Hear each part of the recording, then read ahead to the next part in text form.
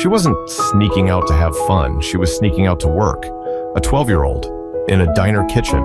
And the reason why will hit you hard. Graham Ellington wasn't the type to wander his own house at night. Most nights, he shut everything down by 10, locked his office door, and tried his best to silence the noise in his head. But on this night, something pulled him awake.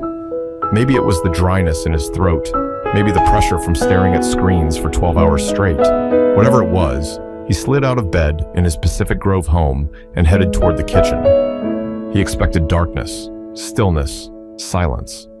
Instead, he heard water running. It wasn't loud, just a soft, steady trickle. But in a house that usually felt like a museum after midnight, even small sounds felt out of place. Graham paused in the hallway, trying to figure out if he was imagining it. But the sound didn't go away. He stepped into the wide, open kitchen, and that's when he saw her tiny shoulders. Dark braids pulled into a loose ponytail, baggy pajama pants with little stars on them, bare feet touching the cold tile floor. Talia Booker, 12 years old, too quiet for her age, too polite for her age, and absolutely not supposed to be washing dishes at 3 a.m. like she worked there. Her hands moved carefully, almost nervously, scrubbing a plate that didn't even look dirty. She didn't notice him at first, not until he accidentally bumped his hip against the edge of the counter.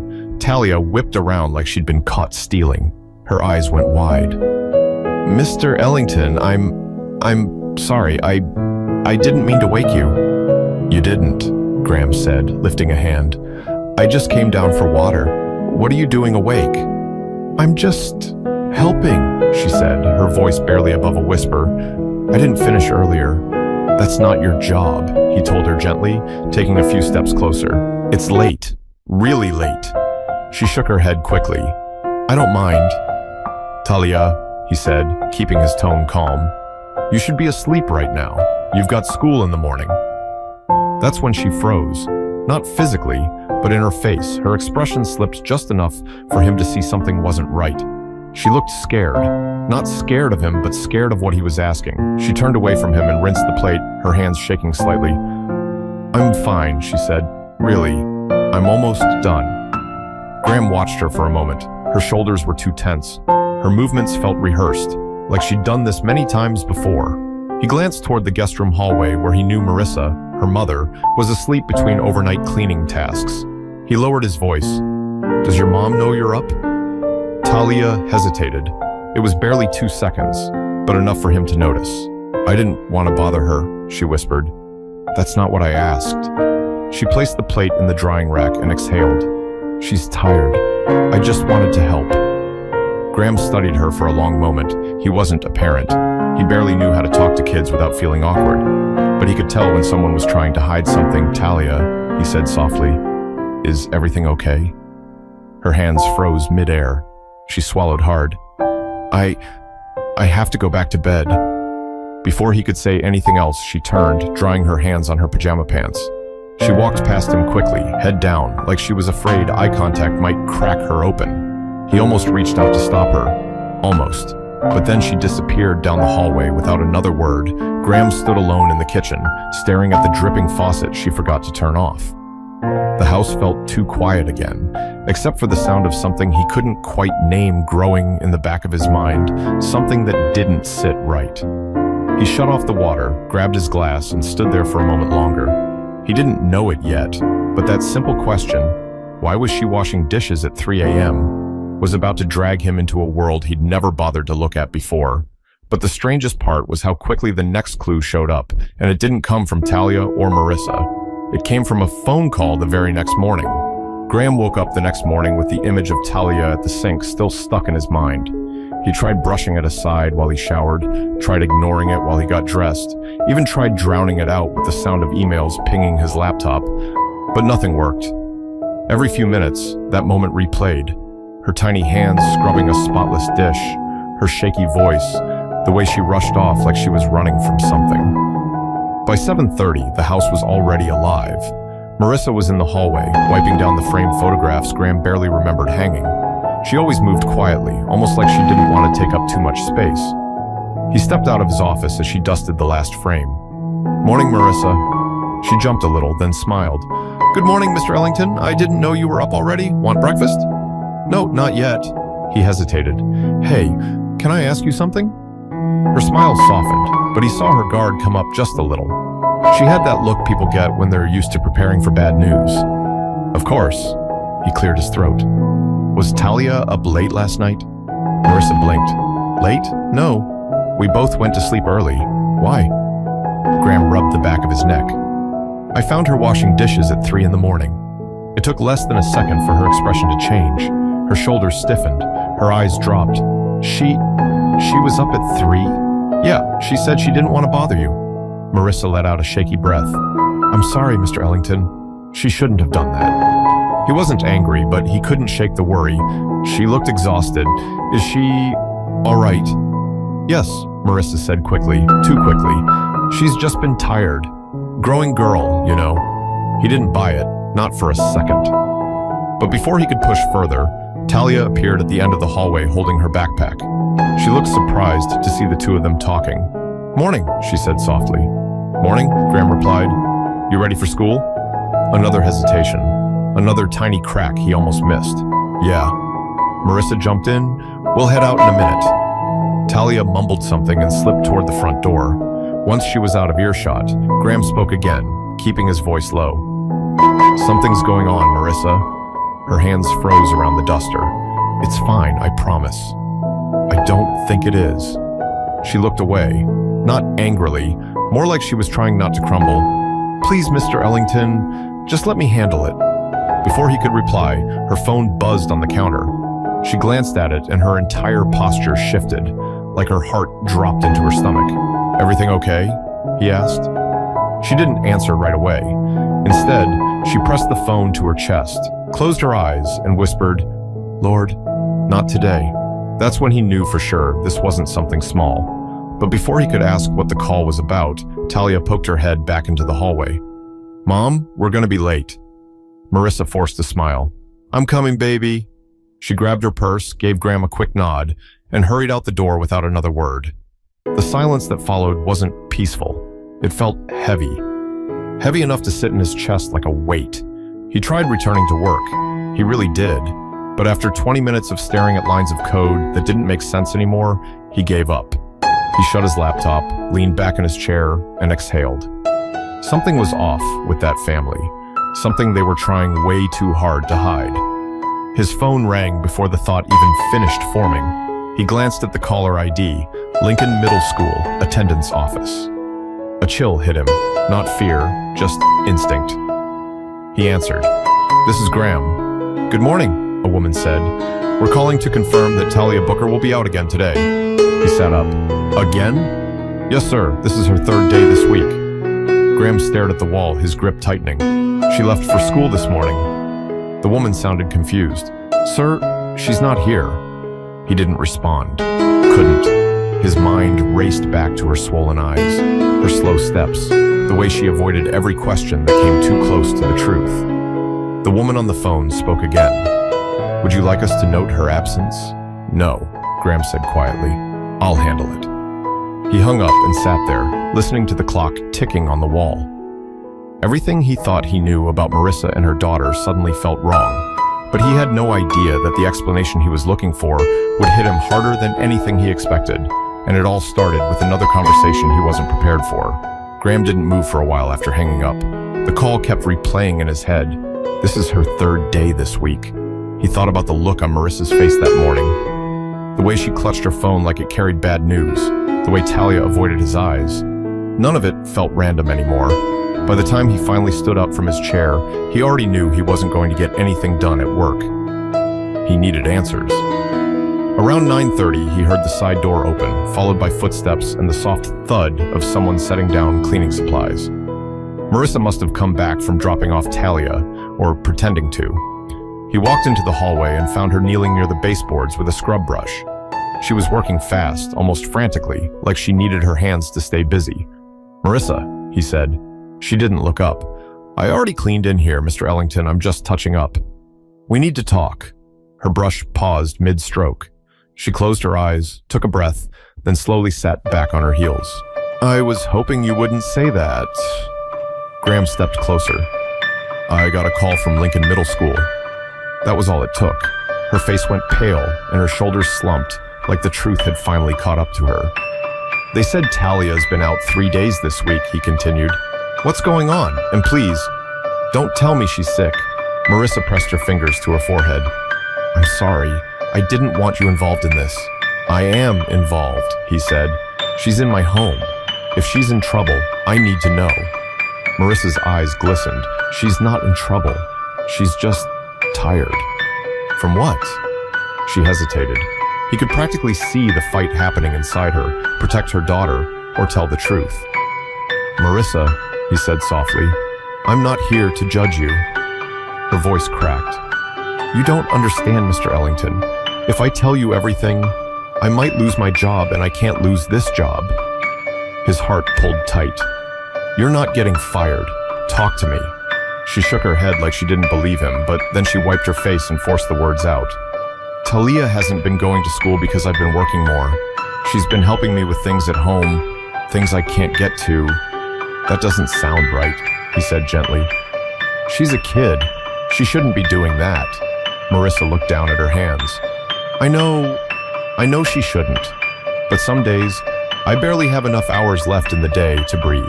I've been taking extra jobs, laundry houses, night cleaning, whatever I can find. So why did she lie about going to school? Because she's trying to help. Her voice shook as she added, she's been staying home so she can finish work I can't finish. She thinks it's the only way. Graham stared at her, confused. But I gave you a raise last year. You told me things were finally getting better. They were, she whispered. But then I got sick in December, real sick. I had to go to urgent care twice. They gave me meds, but the bills... She trailed off, biting her lip hard. I couldn't keep up. So you're in debt? She nodded slowly. More than I can handle. And Talia knows? That girl hears everything, she said. I try to hide it, but she pays attention. Graham tried to picture a 12-year-old skipping school because her mother was drowning in bills. It didn't sit right. Nothing about this felt like something a kid should carry. He crouched down to her level. You should have told me. I couldn't. She wiped her eyes again. I didn't want you thinking I couldn't handle my responsibilities. People like me, we don't get to mess up. One mistake, and we lose everything. The words hit him harder than he expected. He stood up slowly, trying to process everything. Where is she right now? Marissa hesitated again. She's safe, she said. She's with someone who helps me sometimes, just watching her for the morning. But the way she avoided eye contact told him she was hiding something bigger, something she wasn't ready to admit yet. He crossed his arms. Marissa, she wasn't with you when you left this morning, was she? Her silence was his answer. Where did she actually go? Marissa finally stood up, gripping the edge of the baseboard like she needed support. Please don't make me say it, not yet. Why not? Because once I do, everything changes. He didn't understand what that meant, but he could feel it in the air. Something was coming. Something she was terrified to tell him. And he was done with half-truths. But before he could push her any further, his phone buzzed again. This time, the caller ID flashed a number from a place he rarely heard from. It was a diner, a small one on the edge of Mobile, Alabama. He recognized it from the receipts he'd seen in the kitchen trash over the last few weeks, receipts he thought belonged to Marissa. He answered the call slowly. Mr. Ellington, a man said, this is Blake from Harbor Street Diner. I'm sorry to bother you, but your girl didn't show up for her shift today. Everything okay? Graham's eyes widened. My girl? Yes, sir, Talia. The room spun. Shift? A 12-year-old? Working? He lowered the phone, staring at Marissa, who looked like she was seconds from falling apart. Everything he suspected wasn't even close to the truth. But the worst part was still coming, because the diner wasn't just a job for Talia. It was the reason she'd been disappearing, and what she'd been hiding was far bigger than a few missed school days. For a few seconds, Graham didn't say anything. He just stared at Marissa while the phone stayed pressed to his ear, the voice from the diner still calling his name. It felt like the world had filtered down to two sounds, his own heartbeat thudding in his chest and Marissa's sharp, uneven breathing. Mr. Ellington, you still there?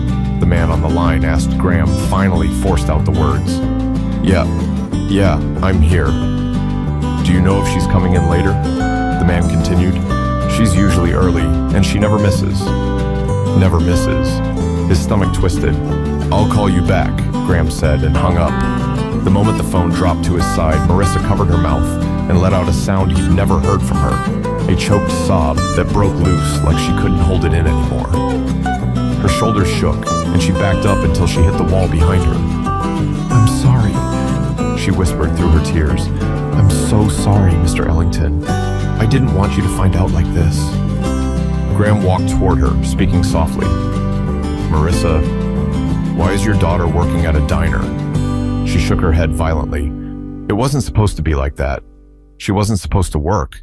She was just supposed to wait for me there. But then the bills kept coming, and I was missing hours. And that place, those people, they needed help washing dishes, and she said she could do it. She said it was easy. She's 12, he said firmly. 12, Marissa. Her hands trembled. I know it's wrong. I hate myself for letting it happen. But I was desperate. The loan people kept calling, and they were saying things I didn't want her to hear. I kept falling behind. I couldn't keep up, and she saw me crying one night and said she wanted to help. That broke him a little. Graham leaned against the opposite wall and took a slow breath. You should have come to me. I couldn't, she said. I already owe you more than I can ever pay back. You gave me a chance when nobody else would. I'm not trying to take advantage of your kindness. This isn't about kindness, he said. This is about a child. Marissa wiped her eyes on the sleeve of her uniform shirt. I tried to make her stop. I told her I'd figure something out. But she kept going behind my back, slipping out with me at night, pretending she was doing homework in the corner. Then she started taking shifts in the mornings. I only found out last week she wasn't going to school at all. Graham felt heat rising in his face, not anger at her, but anger at the situation. Why didn't you pull her out of that diner the moment you found out? Because, she whispered, without that money, we lose everything. It wasn't just the words. It was the way she said them, broken, scared, tired. She took another shaky breath and pulled something from her purse, a crumpled envelope. These are the loan statements, she said quietly. I was too embarrassed to show you. Graham took the papers from her hand and unfolded them. He didn't expect to feel sick. $5,000 borrowed, nearly $15,000 owed interest stacked on interest, fees added with no explanation, threats of property claims if she defaulted. Predatory wasn't even the right word. This was robbery dressed up in paperwork. He looked back at her. This is criminal. She let out a tired laugh. Not to them. He wanted to sit, but he stayed standing. He felt like if he sat, he might not get back up. Why didn't you come to me sooner? Because every time I think I'm getting ahead, life reminds me I'm not supposed to be, Marissa whispered. That sentence sat in the room like a ghost. Graham didn't know what to say. He'd built companies, solved complex problems, raised millions in funding, all things that made him feel capable. But here he was, standing in front of a woman he'd known for years, realizing he'd been completely unaware of what she'd been carrying, completely blind. Marissa stepped closer, still wiping tears. Please don't fire me, Mr. Ellington. I'll pay the debt. I'll get her back in school. I swear I just need time. He stared at her, stunned. She even thought that was on the table. I'm not firing you, he said. I'm trying to understand. Her legs weakened, and she grabbed the wall again, trying to steady herself. When that diner called, I knew everything was about to fall apart. It doesn't have to, he said. We'll fix this. She looked at him like she wanted to believe him, but couldn't. Not yet. Graham lifted the papers again, scanning the threats at the bottom. Marissa, these people are dangerous. This isn't something you face alone. She nodded slowly, eyes swollen. I know. And Talia shouldn't be working, period. I know, she whispered again. He took another breath, trying to keep his own emotions contained. Where is she right now? I need the truth this time. Marissa hesitated, then finally broke. She's at the diner. Now? Yes. She took a morning shift because Blake said they were short. She said she'd only stay an hour, but she's been doing that more and more, and I can't stop her when she thinks she's helping. Graham grabbed his keys off the counter. Get in the car. She looked confused. Where are we going? To get your daughter, he said. And after that, we're getting the full story. Marissa covered her mouth again, tears pushing out from the corners of her eyes, but this time they weren't just tears of fear, they were tears of relief. But Graham didn't know yet that finding Talia at the diner would reveal something far worse than early shifts and skipped school, because what she was doing there wasn't just helping out. It was something she never should have been dragged into. The drive to Mobile was quiet. Too quiet. Marissa stared out the window the whole time, hands locked together like she was holding herself together piece by piece. Graham kept glancing at her, but he didn't speak. He didn't know what to say that wouldn't make things worse. The Harbor Street diner sat between an old tire shop and a barber shop that had been closed for months. The sign flickered, half the neon letters burnt out. The parking lot only had a few cars, and the kitchen vents puffed out steam that mixed with the warm Alabama air. Graham parked and killed the engine. "Stay with me," he said gently. Marissa nodded, but her fingers trembled as she opened the door. The moment they stepped inside, a bell above the door jingled. A few customers sat at scattered tables, truck drivers, a couple of older locals, a mother with a toddler. The place smelled like frying oil, coffee, and something burnt on the grill. Behind the counter, a man in his 50s looked up. He had a bald head, broad shoulders, and the kind of tired eyes that come from decades of working on your feet. "You must be Mr. Ellington," he said, wiping his hands on a towel. "I'm Blake." Graham didn't waste time. "Where's Talia?" Blake nodded toward the double doors leading to the kitchen. "Back there. She got in early. Told me her mom said it was okay. I wasn't sure, but she works hard, so I didn't push it." Marissa winced. Graham didn't wait. He pushed through the doors. The heat hit him first, then the noise. Pots clanging, water spraying, plates stacking, and in the middle of it, there she was. Talia stood on an upside-down milk crate, reaching into a sink full of greasy dishes nearly as tall as she was. Her hair was tied back with a bandana, her small arms scrubbing so hard, her elbows shook. She didn't see him at first, but when she finally turned, her face dropped. "Mr. Ellington." Graham stepped closer. "Talia, what are you doing here?" Her eyes darted past him to the doorway where her mother appeared. Mom, I was only helping. I'm almost done." Marissa walked forward, her voice soft but shaking. "Baby, no, not today." Talia's chest rose and fell quickly, panic building. "I have to finish. Mr. Blake said they were backed up, and you needed the extra money, and this isn't your job," Graham said. "But you don't understand." Her voice cracked. "I'm good at this, and they pay me in cash. I don't take tips. I don't talk to customers. I just wash dishes. It's easy." "That's not the point," he said, trying to steady his tone. She kept going, words tumbling out like she'd been holding them for weeks. "I'm helping. Mom works so much. She's tired all the time. I hear her crying at night. I hear the phone calls. I see the papers. I know things are bad. I can't just sit and do nothing." Marissa covered her face, breaking again. "Baby, you shouldn't have to hear those things." "But I did," Talia said. "And nobody was doing anything about it, so I did." Graham took a step toward her. "Talia, you're a kid.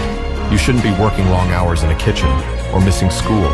You shouldn't be carrying this." Her lips trembled. "If I don't help, we lose our apartment. We lose everything. I can't let that happen." Her voice wavered, and finally, she looked like the child she truly was, small, overloaded, scared, and trying too hard to be someone she shouldn't have to be. Graham softened his expression and lowered himself so he was closer to eye level. "Come here." She hesitated, then stepped off the milk crate and into his arms. She didn't fully hug him, just leaned enough to show she needed support. Graham wasn't used to comforting kids, but he placed a gentle hand on her back anyway. "You're not doing this alone anymore," he said. "I promise." Behind them, pots clattered as a cook walked by. Graham glanced around the kitchen, noticing something he hadn't at first. Small buckets filled with scraps, stacks of heavy pans, steam rolling in waves. It wasn't a place for a 12-year-old, not even close. Then he noticed something else, a schedule taped to the wall, handwritten in marker. He scanned it once, then twice. Talia was on it. Not once, not twice, 5 times a week, morning shifts, lunch shifts, even a few late evenings. Blake must have felt Graham's eyes on the board because he stepped through the doorway. She came in asking for hours about a month ago. Said her mom approved. I told her she was too young, but she begged. Said she'd work in back only. She showed up every day. Never complained.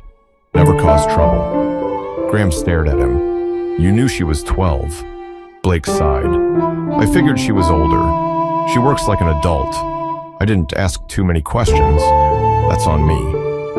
Marissa spoke up. I told her to stop. She didn't listen. Talia wiped her face with the back of her wrist. I was helping. Graham shook his head. You were trying. That's different. For a moment, nobody spoke. Then Graham straightened. Go get your bag. You're done here. Talia's eyes widened. Am I in trouble? No, he said, but you're not coming back. She hesitated. What if Mom still needs money? I said you're not coming back, he repeated gently. I'll handle the rest. The words felt foreign coming out of his mouth. He wasn't used to promising things he didn't fully understand yet, but he knew one thing. A child working in a hot kitchen was not going to be part of the solution. As Talia went to grab her backpack from a hook in the corner, Graham turned to Marissa. We're talking. All of us. Not tomorrow, not tonight, now. Marissa nodded weakly. Okay. When Talia returned, she held her backpack close, as if leaving meant she was letting someone down. Graham placed a hand on her shoulder. You did enough, he said quietly. More than enough. She nodded, wiping her eyes again. They started walking toward the exit, but Graham paused right before pushing the door open. He looked back at the kitchen, the smoke, the noise, the chaos, and the small crate Talia had been standing on. His jaw tightened. He turned back to her with new determination, but he didn't yet realize the diner was only the beginning, because the loan wasn't just a bill, and the people behind it weren't the kind of people who let things go. When they stepped back into the sunlight, the warm Alabama air felt heavier somehow. It wasn't the heat. Graham had lived long enough in the South to know real heat. It was the pressure of everything he'd just seen inside that kitchen. Talia walked ahead of them, holding her backpack straps with both hands. She looked smaller than she had just half an hour ago. Like the weight she'd been carrying was finally showing in her posture. Marissa stayed close behind her daughter, checking on her every few seconds as if afraid she'd vanish. Graham unlocked the SUV, and the three of them climbed in without a word. For a moment, nobody started talking. The engine hummed quietly while a family walked into the diner, laughing about something simple and everyday. He took a breath. Okay, I need both of you to help me understand everything. No hiding, no half-truths. Talia sat in the middle seat, looking down at her shoes. I was just trying to help. I know you were, Graham said gently. But you can't do that kind of work. You're too young, and school comes first. Marissa reached over and brushed her daughter's braids back. Baby, I never wanted you in that kitchen. Talia swallowed. But if I didn't help, they said they'd call about the loan. They kept saying they'd come to the apartment. Graham turned sharply toward Marissa. They contacted your daughter? Marissa closed her eyes tight, ashamed. They left messages. I guess she heard some of them. Talia nodded. I heard everything. I always do. Graham gripped the steering wheel. Loan collectors leaving messages frightening enough for a 12-year-old to pick up on? That wasn't just late fees. That was pressure, aggressive pressure. He kept his voice steady. Marissa, start from the beginning. She took a deep breath. Back in December, when I got sick, I missed almost 2 weeks of work at my other cleaning job. They replaced me. I panicked. Rent was due, utilities were behind, and I didn't have enough saved. So I went to one of those loan offices near Dauphin Street. A man there said he could help. What kind of interest? Graham asked, already bracing himself. She shook her head. He said 30%. Talia whispered, at first. Graham froze. At first? Marissa closed her eyes. When you miss even one payment, it becomes almost 50. Then they add fees. Then more fees. He felt sick.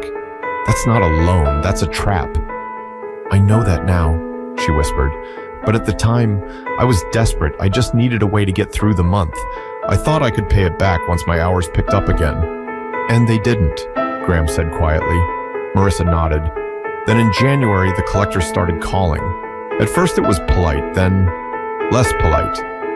Talia looked up. They scared me. Graham turned around fully in his seat to face her. What did they say? She hesitated. They said if Mom didn't pay, they'd take our things. or come by the apartment or talk to her boss. Marissa gasped softly. You never told me they said that. Because you were already tired, Talia whispered, and you were crying every night. I didn't want to make it worse. Graham rubbed his forehead. He'd built entire companies, solved complicated software problems, negotiated deals worth millions. But this situation with a scared child and a mother trying to stay afloat felt like a different world entirely. He turned the engine back on. We're going home, all three of us. Marissa blinked. What are you planning? I'm not sure yet, he admitted, but whatever it is, it starts with getting your daughter out of danger. As he pulled out of the diner parking lot, he noticed something in the rearview mirror. A man standing near the back door of the diner smoking a cigarette, watching them drive away. His stance was too stiff, too focused, like he recognized them. Marissa, Graham said quietly, does anyone from the loan office come by the diner? She followed his gaze. Sometimes. Why? No reason, he murmured, though the knot forming in his stomach told him it wasn't nothing. They drove in silence again until they reached a red light. That's when Talia spoke, her voice fragile but honest. Are you mad at me? Graham glanced at her. No, I'm not mad. You're disappointed? She whispered. I'm worried, he said. You shouldn't be carrying problems that belong to adults. That's not your job. Your job is school, learning, growing, being a kid. None of this should have been on your shoulders. Her chin wobbled, and she wiped her eyes. Marissa reached over and held her daughter's hand. Baby, I'm sorry I let things get this far. You did everything you could, Talia murmured. Graham kept driving, but his mind was already working. He wanted to help, needed to help. But he also knew this couldn't be solved with a check alone. These lenders didn't play fair. They didn't just disappear when someone paid them off.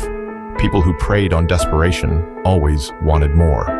He pulled into his driveway 20 minutes later and said, Inside, both of you. We're going to sit down and talk this through. Marissa nodded, wiping her face. Okay. They got out of the car and made their way toward the front door. But the moment Graham unlocked it, his phone buzzed again. A text from an unknown number, 3 words. Pay up today. He stared at it, feeling the pressure shift into something sharper. This wasn't just a late loan, this was a warning, and if warnings were coming to his phone now, someone had crossed a line. But the real shock was still ahead, because the next message didn't threaten Marissa. It threatened the one person Graham never expected to be dragged into all of this. The second text came through before Graham could even process the first one. This time, it wasn't vague. It wasn't a warning. It was a picture. A blurry shot taken from across the diner parking lot. Not of Graham, not of Marissa, but of Talia, walking toward the SUV with her backpack, Talia, a 12-year-old child. Graham's grip tightened so hard he almost cracked the phone. Marissa noticed immediately. What's wrong? She whispered. He didn't want to show them, but hiding it would only make everything worse. He turned the phone around just enough for Marissa to see. Her hand flew to her mouth. No. They said they wouldn't involve her. Talia looked between them, eyes wide. Mom? What's happening? Graham swallowed hard. Let's go inside now. He locked the door behind them the second they stepped in. The house suddenly felt too quiet again, but not like the night before. This was the kind of quiet that makes your ears ring, the kind that makes the air feel heavier. Talia sat on the sofa, hugging her knees. Marissa dropped onto the armchair like her legs gave out. Graham paced for a moment, running his hand across the back of his neck. He finally spoke.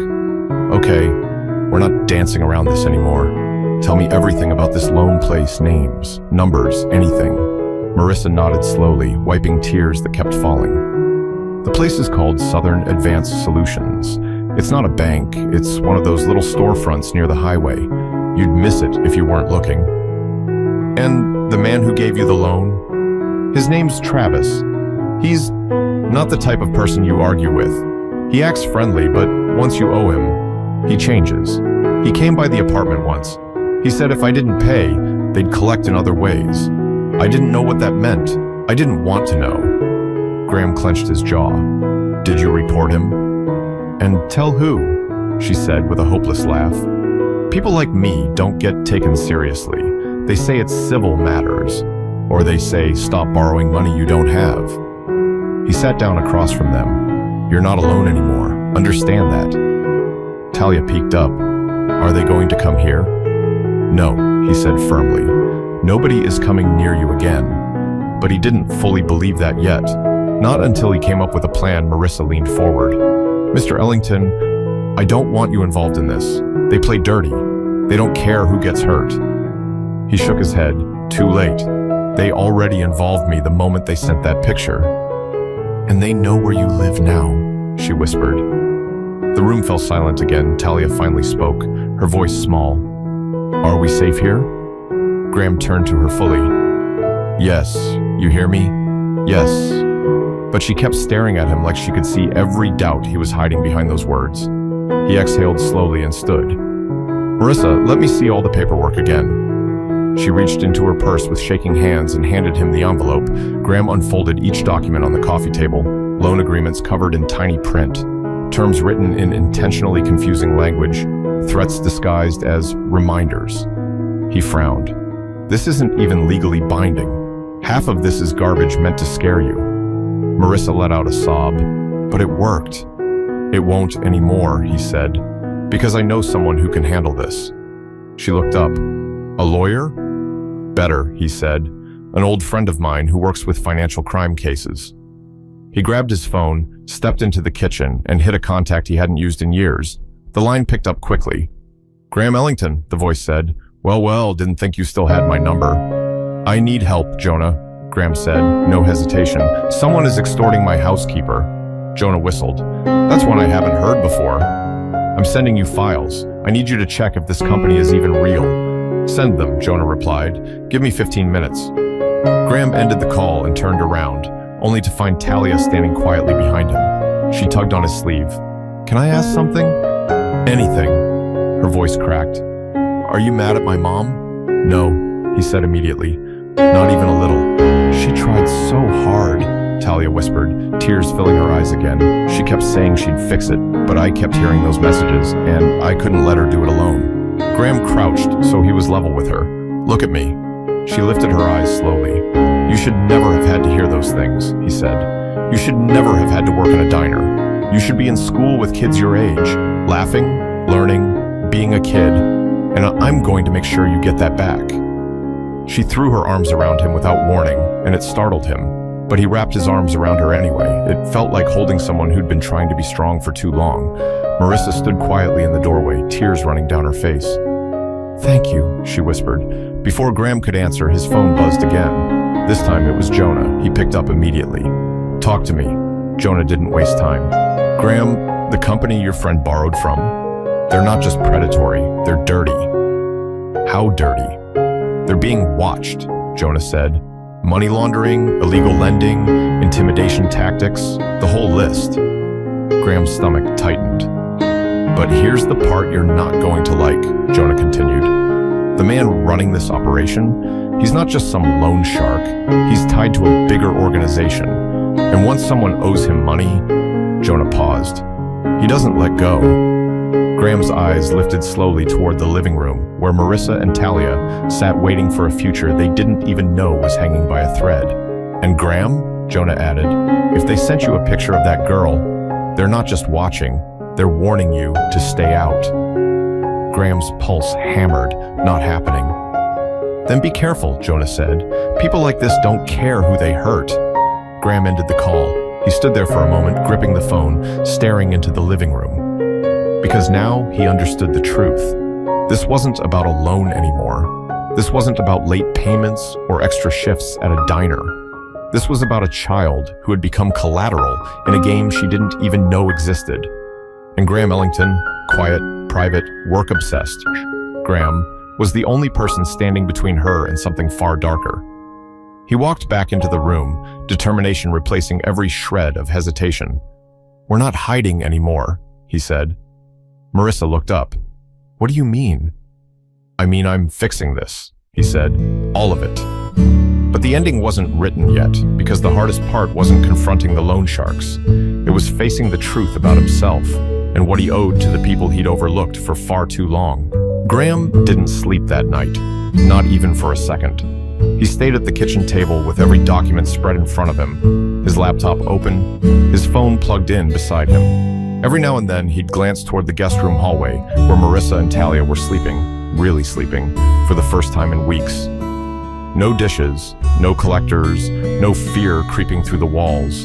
Around 5:30, the sun not even fully up, Graham's phone buzzed again. Another message. But this time, it wasn't a threat. It was Jonah. "You're clear. The operation is being raided this morning. Stay put."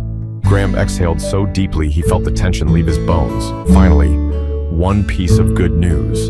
Half an hour later, he heard footsteps, soft ones. Talia peeked into the kitchen, her hair messy from sleep, her eyes still swollen from the night before. "Mr. Ellington," she whispered. "Morning," he said. "You're up early." She came closer, rubbing her arms through her pajama sleeves. "Did they send more messages?" "No," he said gently. "It's over." She froze. "Over?" He nodded. "The people who threatened your mom, they're being handled. You're safe." Talia blinked, like she didn't believe him. "Really?" "Really." She let out a slow breath and slid into the chair beside him. "What happens now?" Graham closed his laptop and turned to face her. "Now, you get to be 12 again." A small, tired smile finally formed on her face. "I don't know if I remember how." "You will," he said. "Trust me." A few minutes later, Marissa walked into the kitchen, still tying her hair back. "Morning," she whispered. "I heard voices." Graham stood. "Sit, both of you." Marissa's eyes widened. "Is something wrong?" "No," he said. "Something's right for once." He pulled out the chair for her, then sat across from them. "I talked to my friend," he explained. "Your loan was illegal. The people behind it were already under investigation. They're done. And your debt, gone." Marissa covered her mouth. "Gone?" "Gone," he repeated. "You don't owe a single dollar." She burst into tears, not the quiet tears from before, full, uncontrollable relief pouring out like she'd been carrying a mountain for months. Talia leaned into her mother and hugged her tight. "See? I told you it would get better." Marissa kissed the top of her daughter's head. "I just never thought it would be today." Graham waited until Marissa's breathing settled before he added, "And there's more." Both mother and daughter looked at him. "I'm putting money toward your rent for the next few months," he said. "Not as charity, as stability. You need space to rebuild." "Mr. Ellington, I can't." "You can," he interrupted softly. "And you will. You've spent your whole life helping everyone else. Let someone help you." Marissa nodded slowly, tears still falling. "Thank you. I don't know how to repay you." "You don't," he said. "Just promise me something." She wiped her cheeks. "Anything. Let your daughter go back to school. Let her have the life she deserves." Marissa reached over and held Talia's hand. "I promise." Talia looked up at Graham again, voice small but steady. "Does this mean I don't have to work anymore?" He smiled gently. "No more kitchens, no more early mornings, no more carrying problems bigger than you."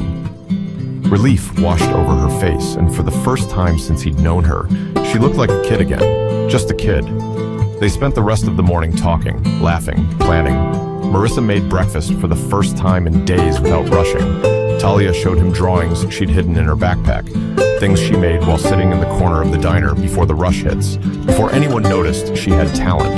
Graham looked at those drawings and felt something shift inside him. He'd spent years building companies, chasing numbers, living in his own world of screens and meetings, but this, helping this family, felt more real than anything he'd built. By afternoon, the house felt different, lighter, safer, and while the fear hadn't vanished completely, it no longer ran the show. As Marissa gathered her things to take Talia to school the next day, she paused by the door. "You didn't have to do any of that, Mr. Ellington." "I know," he said, "but I should have helped sooner." She nodded, her voice soft. "You helped exactly when we needed it." When the door closed behind them, Graham stood in the foyer for a moment, letting the silence settle. Not the eerie, heavy silence from before. A new kind, peaceful, earned. The kind that comes only after choosing to do the right thing. And he finally understood something he should have learned long ago. You don't have to save the whole world, just the world of the people right in front of you. But here's the thing. Stories like this don't stay stories. They're happening around us every single day. Kids carrying burdens they shouldn't. Parents drowning in bills they never meant to fall behind on. People working quietly, hoping someone sees them before they break. So here's my message to you, whoever's listening. Pay attention, look closer, care a little more than you think you need to. Sometimes the smallest act of help, the one you think doesn't matter, is the thing that saves someone's life. And if this story moved you, taught you something, or opened your eyes, share it. Comment your thoughts. And don't forget to subscribe so more stories like this reach the people who need them most.